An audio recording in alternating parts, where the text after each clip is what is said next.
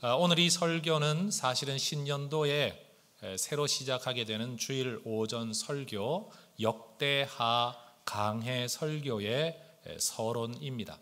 그러니 사실은 오늘부터 새로운 시리즈의 설교가 시작이 되는 거죠. 교수신문이라는 매체에는 전국의 대학 교수님들을 대상으로 설문조사를 벌여서 한 해를 정리하는 사자성어를 매해 발표하고 있습니다. 2017년을 대표하는 사자성어가 무엇일까? 그것은 사악하고 그릇된 것을 깨뜨리고 바른 것을 드러낸다 라는 의미의 파사현정이란 단어, 교수님들의 34%의 지지를 얻어서 이 표현이 1등을 차지했다고 합니다. 원래 이 말은 불교 용어입니다. 그렇지만 꼭 불교에서만 사용하는 말은 아닌 거죠. 2등을 차지한 사자성어는 검은고의 줄을 바꿔맨다. 그래서 느슨해진 것을 긴장하도록 다시 고치거나 사회 정치적으로 제도를 개혁한다라고 좀 잘 포장되어 해석한 해현 경장이라는 단어 표현이라고 합니다. 아마 이 모든 것들이 우리가 겪었던 2017년을 떠올리는 중요한 표현이라고 사람들이 생각을 했던 거겠죠. 만약 2017년을 두고 여러분 각 개인의 인생을 사자성어로 표현하든지 아니면 내 인생을 표현할 만한 사자성어가 있다면 뭘까요? 설마 구사일생, 백척간두, 고군분투 이런 단어는 아니겠죠. 근데 어쨌든 쉽지 않은 한 해를 우리는 다 살아내었습니다. 원하는 결과가 없다고 할지라도 한 해를 살아내는 그 자체가 결코 만만한 게 아니라는 걸 우리는 잘 압니다. 한 해를 사느라고 참 많이 고생을 하셨습니다. 우리 교회는 한 해를 정리하는 사자성어를 정리해서 발표하지는 않습니다만 이 송구 영신 예배가 되고 신년 예배가 되면 뒤돌아보는 말씀이 아니라 한 해 우리가 같이 꿈꾸고 기도할 표를 정해서 항상 여러 게시물을 통해 발표를 하고 있습니다. 작년 저에게는 참 많은 고민이 있었습니다. 이제 70주년이 다가오고 있는데 우리 교회는 어떤 꿈을 계속 꾸며 갈 것이냐. 그렇다고 이전에 꾸었던 꿈은 다 던져버리고 새 꿈을 꾸는 게 아니라 내가 걸어가고 있는 삶의 연장선에서 내 꿈을 더 분명하게 해줄 수 있는 또 한 해를 꿈꿀 수 있는 그런 말씀이 무엇일까 고민을 하면서 2017년을 시작하면서 아브라함의 설교를 했었지요. 그리고 아브라함에게 주셨던 하나님의 비전을 따라서 너는 복이 되라. 그래서 복을 받는 사람 그리고 세상에 복이 되어야 할 사람이라는 의미에서 blessed blessing이라는 단어를 사용을 했습니다. 사실은 이 표현 안에는 복을 받아 복이 되는 사람들, 또 부름받고 보냄받은 사람들, 모이고 흩어지는 사람들, 여러분 땅에 발을 딛고 살아가지만 하늘의 삶을 누리는 사람들이라는 여러 의미들을 담고 있죠. 이제 새해가 되었으니 햇수로 따지면 제가 혜성교회를 14년 차 목회를 하게 되었습니다. 이 교회를 부임하면서부터 꿈꾸었던 저의 비전, 하나님의 말씀의 핵심은 여전히 동일합니다. 바로 에스겔서 37장과 47장의 비전이죠. 거기에는 죽었던 마른 뼈가 살아나 말씀으로 살아나 생기가 불어들어가 하나님의 영으로 군대가 되는 이야기가 기록되어 있습니다. 하나님의 성전에서부터 흘러나오는 물이 모든 만물을 소생케 하고 나무가 자라는데 이 나무는 자기만 물로 자라나는 게 아니라 세상을 살리는 잎과 열매를 맺는 치료의 나무로 살아갑니다. 말 그대로 살아나 살리는, 오직 하나님의 성전에서부터 흘러나오는 말씀과 성령만이 사람을 살릴 수 있다. 그렇게 살아난 사람은 또 세상을 살리는 사람이 된다. 이것은 제가 품고 있는 일관된 교회의 이미지라고 저는 확신합니다. 저는 이것이 신학적 확신 가운데 성경적 근거 안에서 우리가 계속 꿈꾸어야 할 교회의 방향성이요 가치라고 확신합니다. 여러분, 2018년을 앞에 두고 기도하면서 저는 또 어떤 표를 가지고 성도들과 함께 기도할 것인가 생각하고 고민하고 기도하는 중에 이런 질문을 던져 보았습니다. 우리가 블레스드 블레싱의 비전을 가지고 에스겔서 37장과 47장의 비전을 가지고 아브라함의 비전을 가지고 초대교회가 꿈꾸었던 그리고 살아내었던 그 사도행전적 교회상을 꿈꾸면서 우리가 하루하루를 살아가게 된다면 하나님은 우리에게 어떤 일을 행하실까? 이것이 제가 던졌던 질문입니다. 그리고 거기에 대한 대답으로서 저는 신년도 표를 이렇게 정했습니다. 한번 따라해 보십시다. 견고하고 창대하게. 한 번 더요. 견고하고 창대하게. 역대상 17장 성경을 보면 다윗이 하나님의 성전을 짓고 싶은 마음을 표현했을 때 하나님께서 선지자를 통해 그에게 주신 말씀이 있습니다. 그런데 하나님께서 다윗에게 주셨던 말씀에는 어떤 표현이 계속 반복됩니다. 그것은 다윗이 하나님께 기도했던 내용이 아닙니다. 하나님께서 반복해서 말씀하신 내용이죠. 성경 구절을 화면을 보며 같이 한번 읽어볼까요? 역대상 17장 11절, 12절, 14절에 어떤 표현이 등장하는지 한번 주목해 보시면서 함께 읽겠습니다. 내가 너의 뒤에 너의 씨 곧 너의 아들 중 하나를 세우고 그 나라를 견고하게 하리니 그는 나를 위하여 집을 건축할 것이요 나는 그의 왕위를 영원히 견고하게 하리라. 내가 영원히 그를 내 집과 내 나라에 세우리니 그의 왕위가 영원히 견고하리라. 여러분, 어떤 단어가 반복되고 있습니까? 견고함입니다. 나라의 견고함, 왕위의 견고함, 삶의 견고함은 여러분 다윗이 기도했던 내용이 아닙니다. 다윗이 요청했던 게 아닙니다. 하나님, 나의 기도 제목은 이것입니다 라고 하나님께 부르짖었던 게 아니라 오히려 하나님 편에서 견고하게 해줄 거야, 견고하게 해줄 거야, 견고하게 될 거야 끊임없이 반복하고 계신 말씀입니다. 자, 따라하십시다. 견고하게 하리라. 그러자 이 약속의 말씀을 아멘으로 받은 다윗은 냉큼 하나님의 약속의 말씀을 자기 말씀, 자기 기도 제목으로 삼아 하나님 앞에 이렇게 기도합니다. 역대상 17장 같은 본문의 23절과 4절이죠.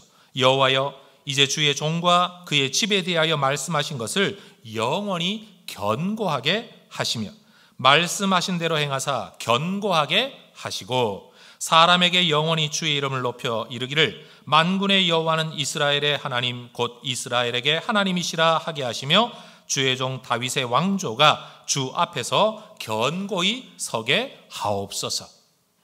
따라하십시다. 견고하게 하소서. 하나님께서 선한 뜻 마음을 품은 다윗에게 견고하게 하리라 약속하셨고 다윗은 그 말씀을 아멘으로 받아 기도합니다. 말씀이 기도 제목이 된 거죠. 견고하게 하옵소서. 그리고 실제로 이 약속의 말씀 그대로 다윗의 삶은 견고해집니다. 예를 들어 장은 거슬러 올라가지만 역대상 11장 9절에 이런 구절이 있죠. 만군의 여호와께서 함께 계시니 다윗이 점점 강성하여 가니라. 하나님이 함께 하심으로 강성해졌다, 견고해졌다. 누가요? 다윗의 삶이 그러했다라고 말을 합니다.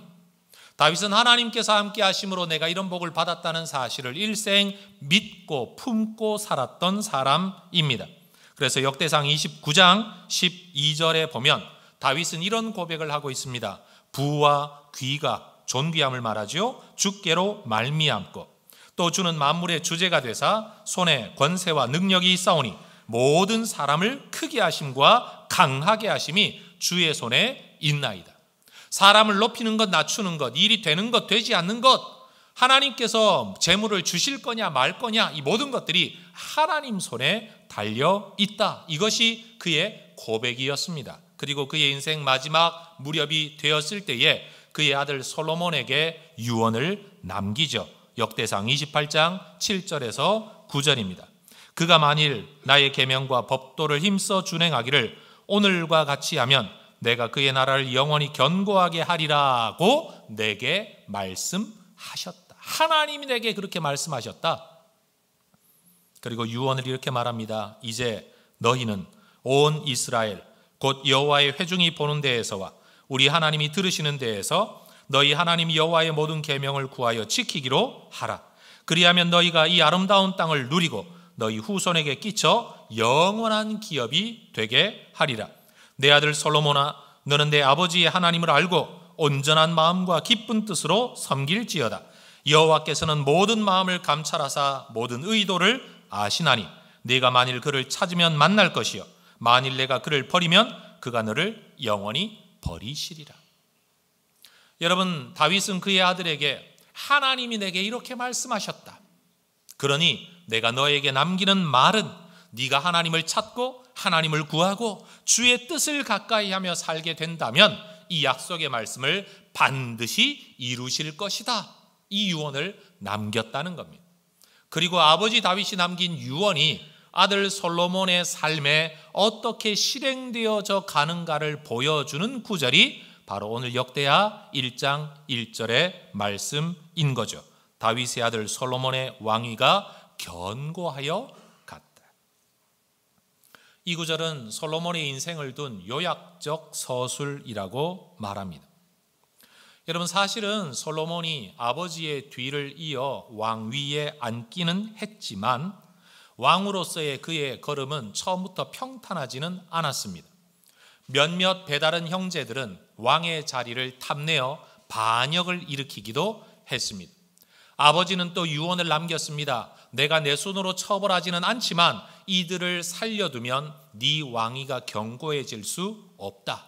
몇몇 사람의 이름까지 거론하며 그 문제 해결할 것을 유언으로 남기죠. 이 모든 문제를 해결함으로써 여러분, 솔로몬의 왕위가 견고해졌다라는 것이 바로 1장 1절의 표현입니다. 그러나 역대기를 기록한 이 역사가의 관점에서 보자면 이 모든 일은 솔로몬의 지혜를 넘어선 하나님의 함께하심, 하나님의 은혜 베푸심의 결과였습니다. 다시 말해 왕위가 솔로몬의 손에서 견고하여 가니라 라고 서술해 놓고 이게 왜 이렇게 되었느냐? 1절 하반절은 이렇게 말씀합니다. 그의 하나님 여호와께서 그와 함께하사 심히 창대하게 하시니라.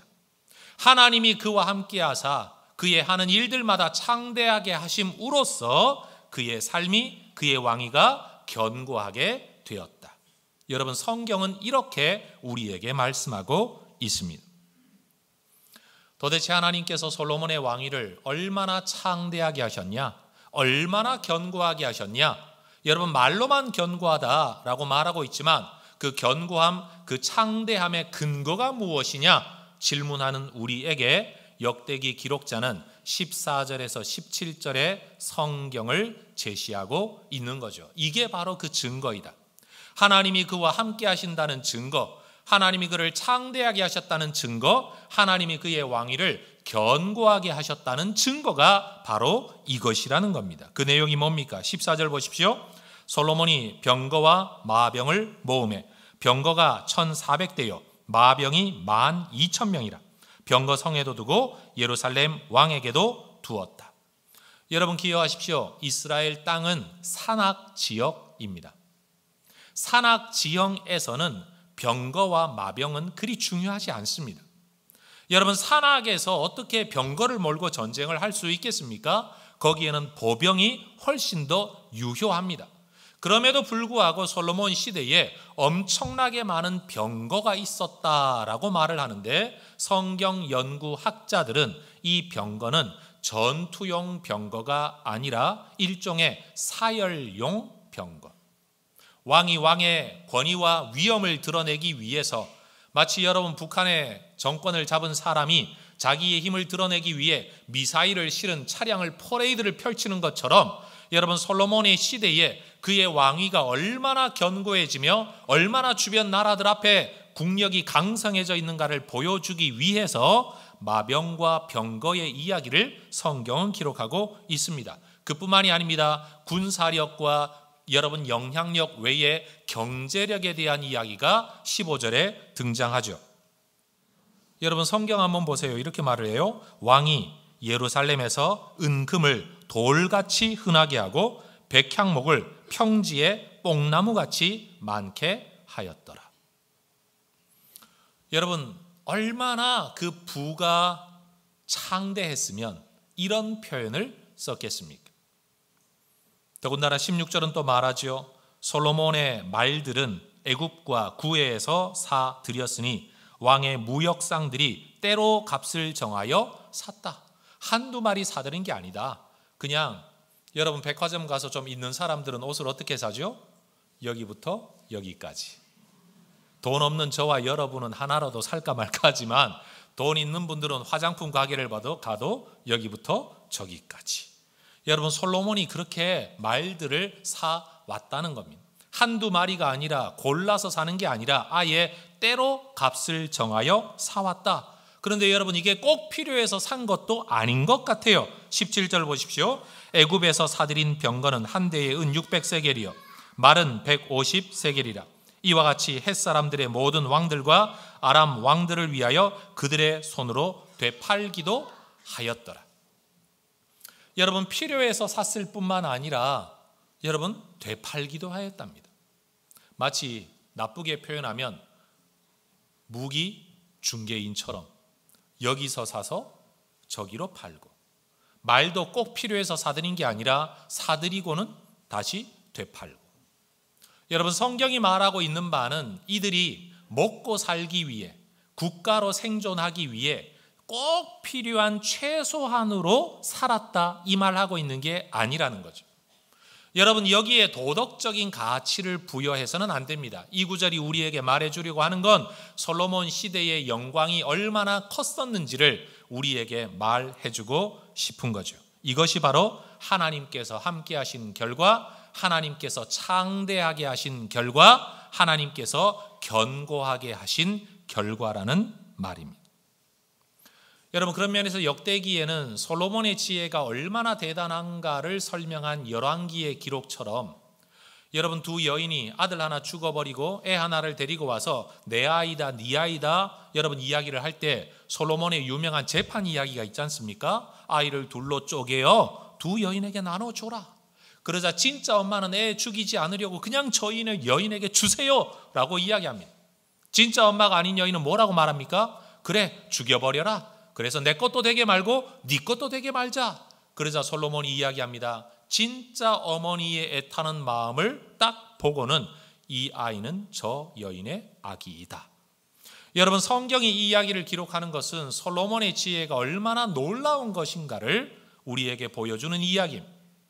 또 하나는 저 이집트 땅의 한 나라의 여왕이 여러분 솔로몬의 지혜를 듣기 위해 많은 예물을 들고 솔로몬을 찾아온 이야기도 있습니다만 역대기에는 그런 이야기는 기록하고 있지를 않습니다.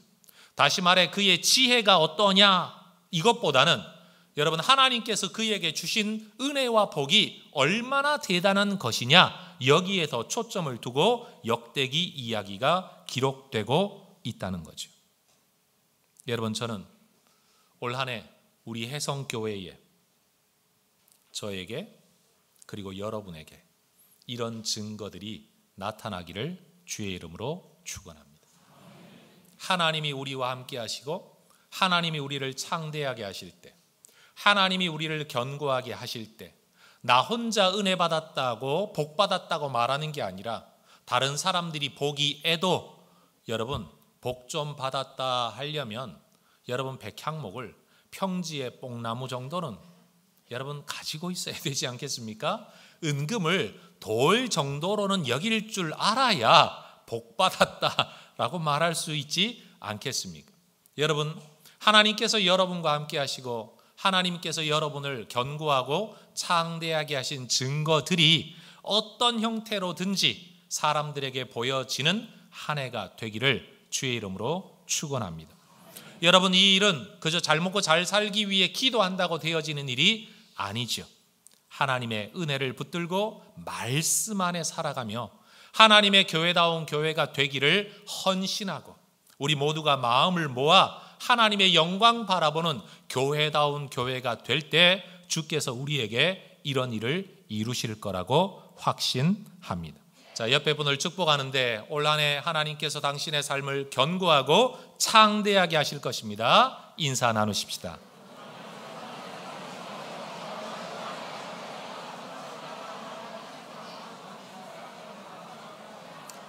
성도 여러분 모두가 말씀 안에 믿음 안에 정말로 하나님의 교회다운 교회, 성도다운 성도가 되기 위해 믿음 안에 살아갈 때 주께서 여러분의 삶에, 여러분의 사업에, 여러분의 가정의 건강에 하나님의 함께 하시는 증거들을 이렇게 창대하고 견고하게 함으로 보여주시기를 주의 이름으로 축원합니다. 그래서 내 입으로만 간증되어지는 게 아니라 다른 사람의 입으로 간증되어지는, 내가 집사님을 보면, 내가 목사님을 보면, 내가 권사님을 보면 정말 하나님이 복 주셨다는 게 이렇게 보여집니다. 내가 말할 수밖에 없습니다. 여러분, 우리 혜성교회가 이런 교회가 될 수 있기를 소망합니다. 그리고 여러분, 우리가 올 한 해 이런 약속을 한번 하면 좋겠어요. 우리 입으로 여러분 부끄럽게 우리 자랑하지 말고, 여러분 남의 입에서 혜성교회 자랑이 나오고, 우리 입으로 뭐 복받았다 떠들지 말고 다른 사람의 입에서 정말 복받은 것 같아, 여러분 이렇게 되어지는 그런 2018년도가 되기를 주의 이름으로 축원합니다.